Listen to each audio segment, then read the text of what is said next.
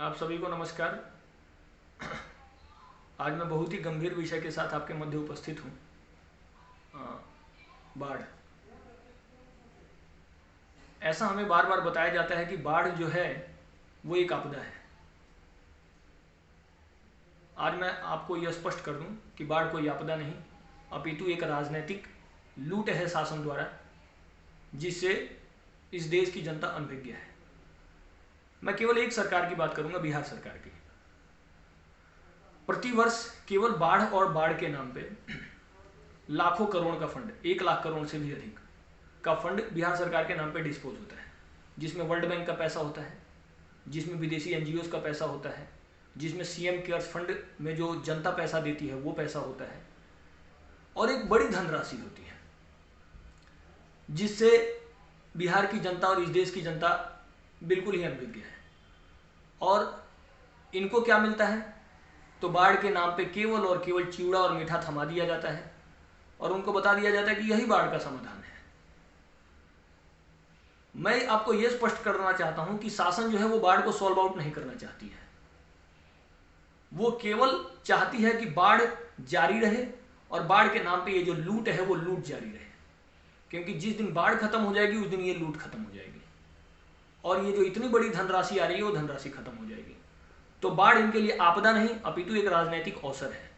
अब समझिए बाढ़ आपदा कैसे हो सकती है। यह बात मैं पहले भी स्पष्ट कर चुका हूं। बाढ़ में जल है, जल को संरक्षित किया जा सकता है, और अगर उस जल को हम संरक्षित कर लेते हैं तो भूजल के दोहन से हम बच जाएंगे। एक बूंद भी भूजल का हमको दोहन नहीं करना पड़ेगा। यह बात मैं पहले भी स्पष्ट कर चुका हूं। दूसरा पक्ष, बाढ़ में गाद होती है, जो कि दुनिया की श्रेष्ठतम फर्टिलाइजर और श्रेष्ठतम खाद उसको बोला जाता है, जिसके माध्यम से इस देश में कृषि हो सकती है। यूरिया फर्टिलाइजर की दुकानें भी बंद हो जाएंगी। तो बाढ़ में ऐसा है क्या कि वो आपदा है? बाढ़ में तो ऐसा कुछ भी नहीं है कि वो आपदा है। जल है, जल को सुरक्षित कर सकते हैं, संरक्षित कर सकते हैं, भूजल के दोहन से आप बच जाएंगे। गाद है, गाद के माध्यम से खेती हो सकती है।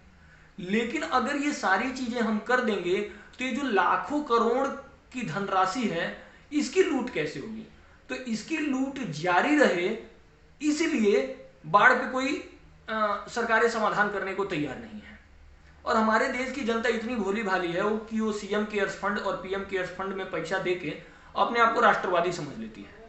उनको लगता है कि जैसे ही हमने सीएम केयर्स फंड में पैसा दिया, जैसे ही हमने पीएम केयर्स फंड में पैसा दिया, तो हमने इस देश पे बहुत बड़ा एहसान कर दिया है। जबकि आपको यह नहीं पता है कि आप ही की धनराशि का गलत दुरुपयोग होता है, वो ऊपर से नीचे तक बढ़ जाता है। तो हम यहां पे स्पष्ट रूप से यही कहना चाहेंगे कि सरकारें बाढ़ को सॉल्व आउट नहीं करना चाहती हैं। ठीक वही स्थिति महाराष्ट्र के साथ है सूखे को लेकर।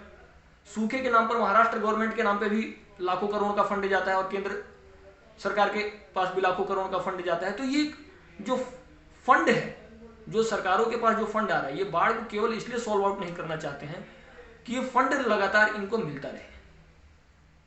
तो ये एक बड़ी लूट है, इसको हमको समझना पड़ेगा। बाढ़ कोई आपदा नहीं अपितु हमारे लिए भी अवसर है। हम उस जल को अगर सुरक्षित और संरक्षित कर लें तो वो हमारे लिए भी एक अवसर है।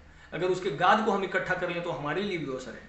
लेकिन ये बाढ़ को उस अवसर के रूप में नहीं देखते हैं, ये अपितु बाढ़ को उस अवसर के रूप में देखते हैं कि बाढ़ से ये आने वाले जल को नहीं देखते हैं, बाढ़ के नाम पे आने वाली ये धन को देखते हैं।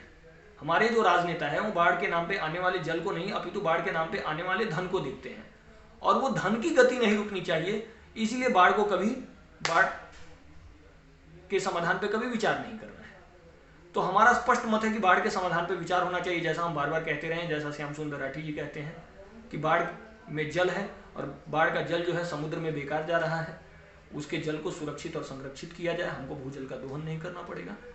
तो ये सारा विषय हमको क्रमशः समझना पड़ेगा कि बाढ़ कोई आपदा नहीं, बाढ़ एक अवसर है, हमारे लिए अवसर है।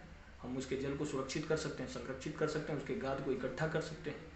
लेकिन यहाँ पे बाढ़ को केवल और केवल लूट का एक विषय बना दिया गया है, जिसके नाम पे लाखों करोड़ों का फंड जनरेट हो रहा है, जिसका हिस्सा सबको मिल रहा है, चाहे वो राज्य सरकारें हो, केंद्र सरकारें हो, ऊपर से नीचे तक जो तंत्र है, जो हमारा ब्यूरोक्रेसी का तंत्र है, वो भी खा रहा है। तो इसके प्रति इस देश की जनता को जागृत होना पड़ेगा और जागृत होकर इस विषय को आग्रहपूर्वक सरकारों के समक्ष रखना पड़ेगा कि यह लूट बंद हो और बाढ़ पे एक समाधान हो, उसके जल को सुरक्षित और संरक्षित किया जाए, गाद को इकट्ठा किया जाए, जैसा कि राठी जी बार बार कह रहे हैं। मैं इन्हीं विषयों के साथ अपने विषय को समाप्त करूंगा। धन्यवाद।